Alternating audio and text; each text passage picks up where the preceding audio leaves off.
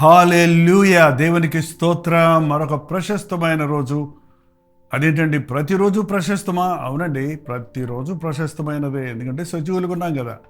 ఆయన్ని స్తుతిద్దాం. చిన్న ప్రార్థన. గుడ్ మార్నింగ్, మేలుకున్నారా? రండి ప్రార్థన. పరిశుద్ధుడా, నీకు వందనములయ్యా. మరొకసారి నాయన నీ సన్నిధిలో నీ మాట కొరకు కనిపెట్టుకున్నాము. ఈ రోజు నాయన మా జీవితం కొరకు నీవు కలిగి ఉన్న ప్రణాళికలు ఎరుగునట్లుగా ఈ నెలలో ఎన్నో పోరాటాలు ఉండగా వాటన్నిటిని ఎదుర్కొనే కృపలను మాకును ఈ లోకానికి నీ దయచేయమని క్రీస్తు నామంలో అడుగుచున్నాము తండ్రి. ఆమేన్.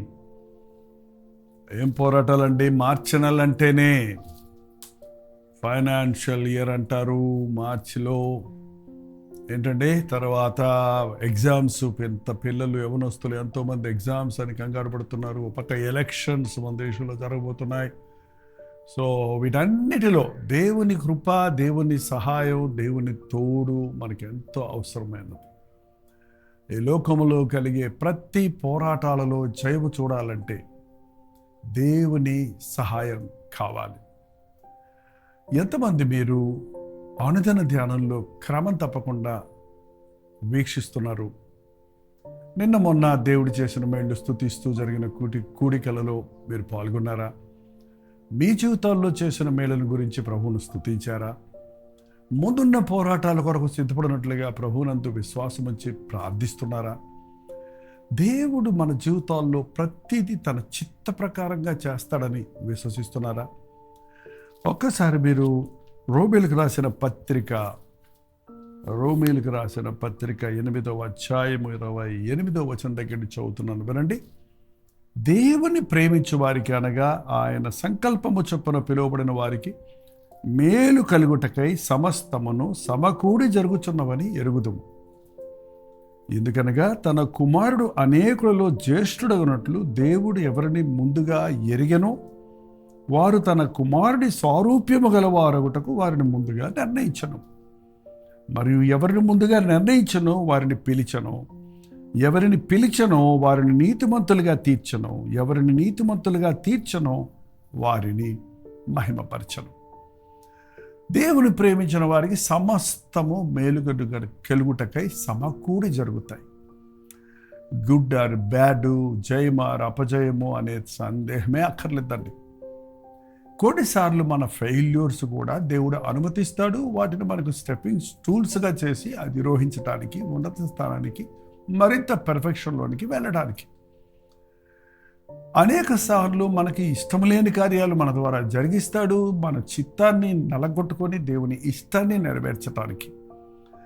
మనం ఎదురు చూడని విషయాలు మనకు జరిగినప్పుడు మనం ఆశ్చర్యపడినట్లుగాను, మనం సిద్ధపడకుండా అలక్ష్యంగా ఉన్నప్పుడు, ఓడిపోయినప్పుడు ఆ విషయంలో మన తప్పులు తెలుసుకొని మరింత జాగ్రత్త పడి మరొకసారి ఆ పొరపాటులు చేయకూడనట్లుగాను దేవుడు మనల్ని రూపించటానికి సమస్తము సమకూడి జరిపిస్తాడు. నువ్వు దేవుని చేతుల్లో నిన్ను పెట్టుకుంటే నీ విషయమై నీవు దిగులు పడవలసిన అవసరమే లేదు. ప్రతి పరిస్థితిని ఎదుర్కోగలిగిన కృపను ఆయనే ఇస్తాడు. ఎవరిని ముందుగా ఎరిగెనో, ఎందుకు? క్రీస్తు సారూప్యంలోనికి మలచాలని ఆయన ఆశ. తండ్రి కుమారుని లోకంలోనికి పంపించాడు. ఆయన చేయవలసిన యాగం చేశాడు. ఆయన తన శక్తిని, ఆ పరిశుద్ధాత్మను మనకు అనుగ్రహించి ఉన్నాడు. ఆయన చేసిన కార్యాన్ని కొనసాగించినట్లుగా ఆయనలాగా జీవించేవారు, ఆయనను పోలే ఆయన మనస్సు కలిగిన వారుగా ఉన్నవారిని దేవుడు ముందుగానే ఎరుగున్నాడట.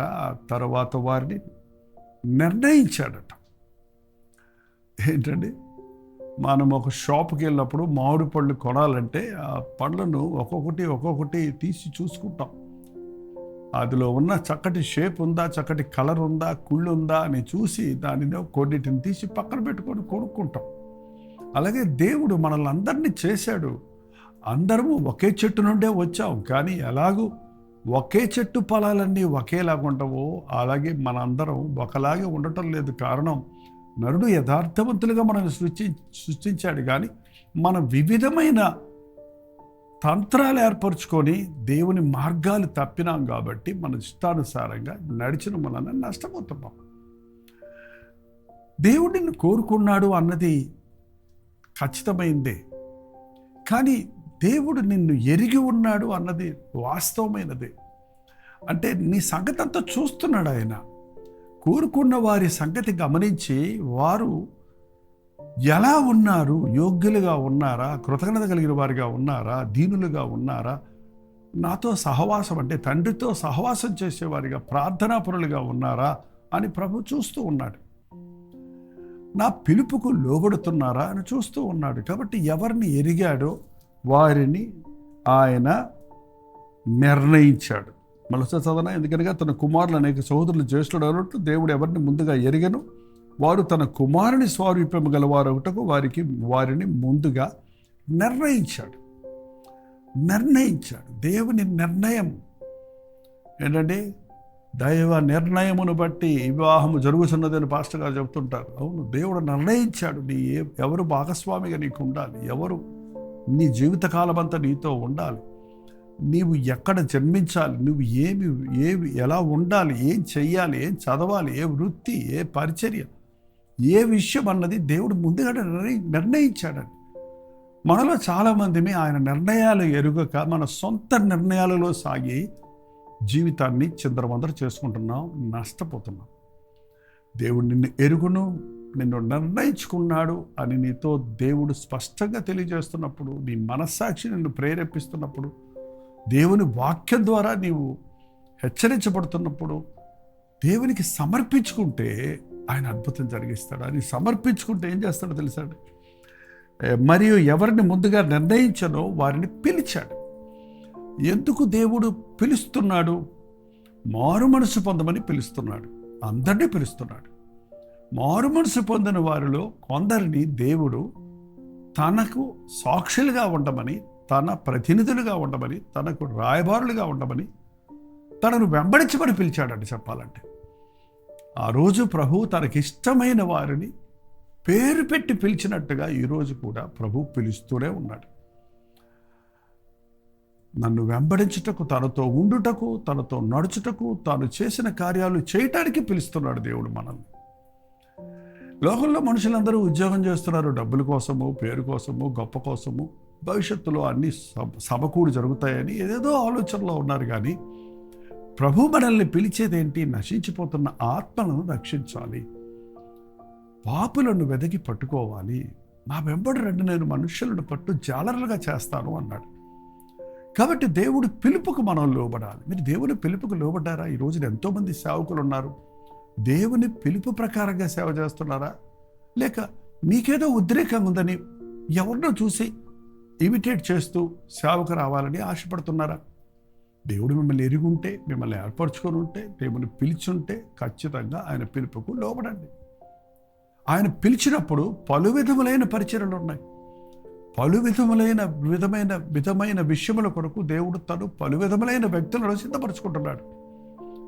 ఆనాడు అబ్రహామును పిలిచాడు తనను వెంబడించమని, మోషేను పిలిచాడు నాయకత్వం వహించమని, గిద్యోనును పిలిచాడు యుద్ధం చేసి జయించమని, అపోస్తలులను పిలిచాడు రాజుల ముందు, అధికారుల ముందు నువ్వు నా సాక్షిగా నిలబడాలని. దేవుడు నిన్ను పిలిచినప్పుడు దేవుని పిలుపు ప్రకారంగా మనం లోబడితే, ఆయన పిలుపుకు లోబడి ఆయన చెప్పినట్టు చేస్తే, ఆయన పిలుపుకు లోబడిన వారిని ఎవరిని పిలిచనో వారిని నీతిమంతులుగా తీర్చను. He will make us perfect. ఆయన మనల్ని పిలుచుకున్నప్పుడు మనల్ని పరిపూర్ణులుగా చేస్తాడు. రక్షణ ఒక రోజులో పొందొచ్చు, కానీ ప్రభువు సారూప్యంలోనికి రావడానికి మన జీవితకాలం అంతా వెచ్చించవలసి వస్తుంది. ఆయన చేతుల్లో నలుగుతూ, ఆయన చేతుల్లో రూపించబడుతూ, ఆయన మాట వింటూ, ఆయన యందు విశ్వాసం ఉంచుతూ, ఆయన్ని వెంబడిస్తున్నప్పుడు మనకు తెలియకుండానే ఆయన అడుగుజాడల్లో మనం ఆయన్ని అనుసరిస్తాం కనుక ఆయనను బోలే జీవించగలుగుతాం, నీతిమంతులుగా తీర్చబడగలుగుతాం. ఆయన రక్తంలో కడగబడిన వారిగా, శుద్ధ హృదయులుగా, పరిశుద్ధులుగా, ప్రభువు మనసు కలిగిన వారిగా, పరలోకముతో ప్రభువుతో సంబంధం కలిగిన ప్రార్థనా జీవితం కలిగిన వారిగా ఉండగలుగుతాం. ప్రభు నిన్ను పిలిచాడు, ఆయన పిలుపుకు లోబడ్డారా? ఆయన మిమ్మల్ని నిర్ణయించుకున్నాడు, మీరు ఆ సంగతి గుర్తించారా? ఆయన మిమ్మల్ని ఎరిగి ఉన్నాడు, అది మీరు గ్రహించారా? ఎప్పుడైతే దేవుడు ఆయన నీతిమంతులుగా మనల్ని తీరుస్తాడో, ఆయన చిత్తములు మనల్ని నడిపిస్తాడో వారిని మహిమపరిచాడు. వారిని మహిమపరుస్తాడన్నాడు. వారిని అందరి ముందు ఘనంగా ఆయన ఆశీర్వదిస్తాడు. ఆయన చేతుల్లో వాడబడిన వ్యక్తి ద్వారా ఎలాంటి కార్యాలు జరుగుతావోనన్నది ప్రపంచానికి బట్టబయలు చేస్తాడు. మోషేను 40 సంవత్సరాల క్రితము పిలిచి 40 సంవత్సరాలు సిద్ధపరిచి 40 సంవత్సరాలు వాడుకున్నప్పుడు ఆ మోషే నా నా నా నా నా ఇష్టమైన వాడని, నమ్మకస్తుడని, భూలోకం అంతటిలో మిక్కిలి సాత్వికుడని ఉన్నతమైన రీతిగా దేవుడు మోషేను మెచ్చుకున్నాడు. మనుషుల మెప్పును కోరుతున్నాం కానీ దేవుని మెప్పు కోరేనట్టుగా మనం ఈ లోకంలో ఆయన సాక్షులుగా జీవించాలి. ఆయన పిలుచుకున్న వారిని ఆయన మహిమపరుస్తాడు. 72 సంవత్సరాల క్రితమే నా తల్లి గర్భములో ఉన్నప్పుడు నన్ను ఎరిగానని నాకు వాగ్దానం ఇచ్చాడని చెప్పాను కదండి. 54 సంవత్సరాలుగా ఆయన పిలుపుకు లోబడి నడుస్తూ ఉండగా నన్ను ఆయన శుద్ధీకరిస్తూ, పరిశుద్ధపరుస్తూ, తగ్గిస్తూ, అణిచి, శుద్ధి చేస్తూ, నీతిమంతుడిగా, దేవునికి ఇష్టడుగా ఉన్నట్లుగా తీర్చిదిద్దుతూనే ఉన్నాడు. I don't think that my course is over. అయిపోయాను నీతిమంతుడిగా అనుకోను, పౌలు వలె సిద్ధి పొంది తిని అని నేను అనుకుంటలేదు. కానీ వెనుకున్న వాటిని మరచి ముందున్న వాటి కొరకు వేగిరపడుతున్నాను. ఇంతకాలంగా ఈ పరిచర్యలో దేవుడిచ్చిన ఘనతలు నా పట్ల ఉన్నవి. ఎంతగా నన్ను ఆయన ఘనపరుస్తున్నాడో, మహిమపరుస్తున్నాడో, ఎంతమంది జనులకు ఆశీర్వాదకరంగా ఉన్నారో. మరి నిన్న మొన్న జరిగినటువంటి ప్రైజ్ మీటింగ్స్ చూసి చాలామంది అసూయపడుతున్నారు, చాలామంది ఏదేదో మాటలు అంటుంటారు. కానీ ఆ బట్టలు చూసి, ఆ వాతావరణం చూసి, ఆ లైట్లు చూసి, ఇదంతా దండగా, ఇదంతా ఎందుకు అంటే దేవుని కార్యాలు వివరించడానికి దేవుడు మహిమపరుచుకుంటున్నాడు అన్న సంగతి గ్రహించకుండా నీవు కూడా దేవునికి లోబడొచ్చు కదా, నీవు దేవునికి సమర్పించుకోవచ్చు కదా, నేను కూడా అలా దేవుని చేతుల్లో వాడబడాలని ఆశపడచ్చు కదా, నేను కూడా అలా ఆరోగ్యంగా బలంగా నా 72వ ఏట కూడా ప్రభు కొరకు బ్రతకాలి అని రోషం తెచ్చుకోవచ్చు కదా. అందుకని దేవుడు చేసిన కార్యాలను, ఆయన గొప్పవాడని, ఆయన నమ్మిన వారిని హెచ్చిస్తాడని తెలియజేయడానికే ఈ స్తుతి కూడికలు ఏర్పాటు చేస్తున్నాం. మీరు పాల్గొని ఆశీర్వదించబడి ఉంటే దేవునికి స్తోత్రం. మీరు ఏం చేసినా, మీరు ఏమనుకున్నా, మీరు ఎలాంటి పరిస్థితుల్లో ఉన్నా దేవుడు మహిమపరిచినప్పుడు ఎవ్వడు అట్టి వారిని పాడు చేయలేరు. ఆయన ఆశీర్వదిస్తే అది ఎన్నటెన్నటికీ ఆశీర్వాదం. దేవుడు నన్ను ఆశీర్వదించినప్పుడు నా కుటుంబాన్ని ఆశీర్వదిస్తాడు, నా భార్య బిడ్డలను ఆశీర్వదిస్తాడు, నా బిడ్డలను మనవలను ఆశీర్వదిస్తాడు. పిల్ల తరవలకు నేను నిన్ను ఆశీర్వాదకరంగా చేస్తానని ఆ రోజైతే దేవుడు వాగ్దానం ఇచ్చాడు కదా. అంత మాత్రమే కాదు, ఈ పరిచర్య ద్వారా మేలు పొందిన వారందరూ కూడా ఎంతోమందిని మిమ్మల్ని కోరుకున్నాడని రూఢిపరుస్తున్నారు. మీరు కూడా దేవుడి చేతుల్లో వాడబడుతున్నారు. మీలో అనేకులు దేవుడు చేతుల్లో శుద్ధీకరించబడి ఆయన ద్వారా హెచ్చించబడుతున్నారన్నది మీ సాక్ష్యాల ద్వారా తెలుస్తూనే ఉన్నది కదా. దేవుడు మనల్ని లేవనెత్తేవాడు, నిలబెట్టుకునేవాడు, తన సాక్షులుగా ఉండాలని, తన రాజ్య కొరకు వాడుకోవాలని ఆశపడుతున్నారు. ఈ వర్తమానం వింటున్న యవనస్తుడా, నిన్ను దేవుడు కోరుకున్నాడని వెరుగుదువా? నీవు నీ హృదయాన్ని ప్రభుకి ఇచ్చావా? నీ జీవితంలో దేవుని చిత్తాన్ని ఎరిగావా? ఆయన పిలుపుకు లోబడ్డావా? ఆయన చేతుల్లో వాడబడాలని ఆశపడుతున్నావా? ఇంతవరకు ఒక నిర్ణయం చేయకపోతే దయచేసి ఈరోజు తప్పకుండా ఒక నిర్ణయం చేయండి. ఎవరైనా సరే, ఒకవేళ మీకు ఇప్పటికే యవన కాలంలో దేవుడు పిలిచాడు, మీరు నాడి వయసుకు వచ్చారు, మీరు వృద్ధాప్యంలోకి వెళ్ళబోతున్నారు, ఇంకా దేవునికి లోపడలేదేమో, దేవుని చేత హెచ్చించబడినట్లుగా ఆయన అందుబాటులో లేరేమో, మిమ్మల్ని మీరు ఆయనకి అప్పగించుకోండి. ఇప్పుడు కూడా దేవుని చేతుల్లో నువ్వు పెట్టుకుంటే నిన్ను ఒక గొప్పగా వ్యక్తిగా చేయటానికి, నిన్ను అనేకులకు ఆశీర్వాదకరంగా చేయటానికి, దేవుని హృదయంలో ఉన్న తలంపులన్నీ నీ పట్ల నెరవేరినట్లుగా తన ఆత్మను నీ మీద కుమ్మరించడానికి సిద్ధంగా ఉన్నాడు. ప్రభు చేతుల్లో పెట్టుకున్నవాడు నష్టపోడని, అడుక్కు తినడని, దరిద్రుడు అవడని రూఢిపరచడానికి ప్రభు ఇచ్చిన కృపను బట్టి ఆయనకి స్తుతులు చెల్లిస్తున్నాను. అంతవరకు నేను నమ్మకం ఉన్నట్లు ఆ కోసం ప్రార్థించండి. మీరు ఇంకా సమర్పించుకోని వారుంటే ఇప్పుడే ఈ ప్రార్థనా సమయంలో మీ హృదయాలను ప్రభుకి అప్పగించండి. ప్రార్థన. పరిశుద్ధుడ, ప్రేమగల్ల తండ్రి, ఎవరెవరు ఎక్కడెక్కడి నుంచి మాటలు వింటున్నారో ఒక్కసారి చూడయ్యా. నీవు ఎరిగిన వారిలో అనేకులు ఇక్కడ ఉన్నారన్నది నీకు తెలుసు నాయన. ఈ లాక్డౌన్లో కనెక్ట్ చేసిన ప్రతి ఒక్కరూ సోషల్ మీడియాలో క్రమం తప్పకుండా నీ మాటలు వింటున్న ప్రతి ఒక్కరిని నీవు ఎరుగున్నావని, నీ ప్రేమ వెంటాడుతోందని గ్రహించుకోవడానికి, నీవు నిర్ణయించుకున్న నిర్ణయాలు వారి పట్ల నెరవేరినట్లుగా నీ పిలుపుకు వారు లోబడడానికి, దేవుడు పిలిచిన పిలుపును అలక్ష్యం చేసుకొని నష్టపోక, ఇదిగో ప్రభువా నీ చిత్తానికి నేను అప్పగించుకుంటున్నానని ఈరోజు ఎవరెవరు ఎక్కడెక్కడి నుంచి ప్రార్థనలో ఏకీభవిస్తున్నారు, వారు యవనస్తులు కానీ, పెద్దలు కానీ, వృద్ధులు కానీ, ఇప్పటికైనా మించింది లేదని, నీవు ఇంకనూ ఆశీర్వదించగలిగిన దేవుడిగా ఉన్నావని నిరూపించబడటకు సహాయం చేయి. లోకంలో ఆస్తిపాస్తులు, పేరు ప్రఖ్యాతులు సంపాదించుకున్నట కంటే నీ దృష్టిలో గొప్పవారిగా ఉండుటకు, నీవు అప్పగించిన పనిలో అనేక ఆత్మలను నాయన రక్షణలోనికి నడిపించుటకు ఎంతో మేలైనదని గుర్తించుటకు సహాయం చేయి.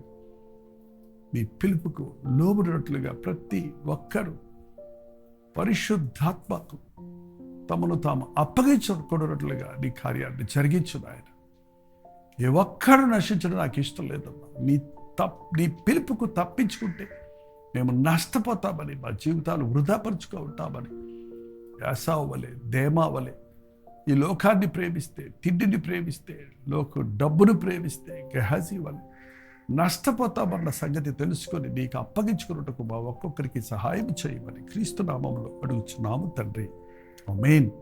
తండ్రి అయిన దేవుని యొక్క ప్రేమయు, కుమారుడైన క్రీస్తు యొక్క కృపయు, ఆదరణకర్త అయిన పరిశుద్ధాత్మ యొక్క సహవాసములు కూడి ఉన్న మనందరికీ ఇప్పుడున్న సదాకాలం తోడై ఉండును గాక.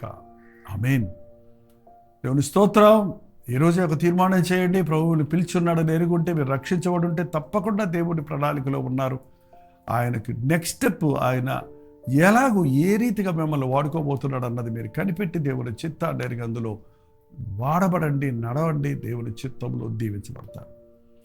మీ ప్రైజ్ రిపోర్ట్స్, మీ సాక్ష్యాలు, అలాగే ప్రేయర్ బటన్స్ 9540 ఫార్వర్డ్స్ నెంబర్కి, ఇతర దేశాల్లో ఉంటే 9100 నెంబర్కి తెలియజేయండి. మీ పక్షంలో మేము ప్రార్థిస్తున్నాం. మీరు కూడా ప్రార్థించండి. దేవుని సన్నిధిలో మనల్ని అప్పగించుకున్నప్పుడు దేవుడు మనల్ని గొప్పగా ఆశీర్వదిస్తాడన్నది విశ్వసించండి. ప్రభు చిత్తమైతే మధ్యాహ్నం 3 గంటలకు హెచ్చరిక, అలాగే రాత్రి 9 గంటలకు కలవరి ప్రతి దూరంలో బలి కలుసుకుందాం. అంతవరకు దేవుడు మహాకృప మీకు తోడేండును గాక.